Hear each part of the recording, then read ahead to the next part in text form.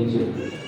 ఇదేనా న్యాయం, ఇదేనా కరుణమయని యేసు ప్రభుని సిలువవేయ, కరుణమయని యేసు ప్రభుని సిలువవేయ.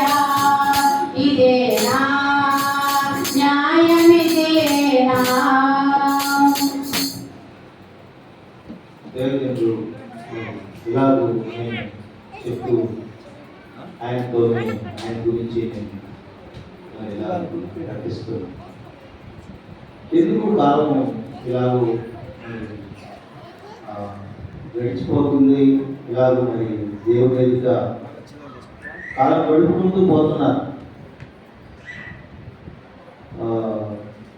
చెప్తూనే ఉన్నారు, ఎక్కడెక్కడికో సమయాన్ని దుర్వినియోగం చేస్తున్నాను.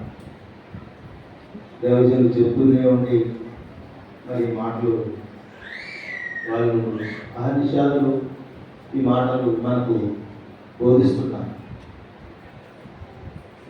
ఎందుకు మనము ఈ విధంగా సమయాన్ని వ్యర్థం చేసుకుంటున్నాం? కాలం లేదు, కాలం బహుంచుగా ఉంది. దేవుడు సమయాన్ని మనకు ఇచ్చిస్తున్నాడు. కరోనాలో ఫస్ట్ వేలో సెకండ్ వేలో వేల మంది చనిపోయారు. గమనించినట్లయితే మనం గొప్పవారమని, వ్యక్తిపరులమని, నీతిపరులమని కాదు. దేవుడు మనకు ఆయుష్ని ఇలాగ ఇచ్చాడు. నేను అనుకోలేదు నేను ఇలాగూ మీ మధ్యలో నిలబడతానని, నేను అనుకోలేదు.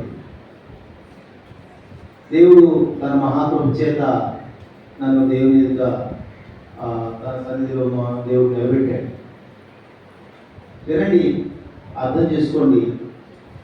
మరి ఈ సమయాన్ని మనం అర్థం చేసుకుంటే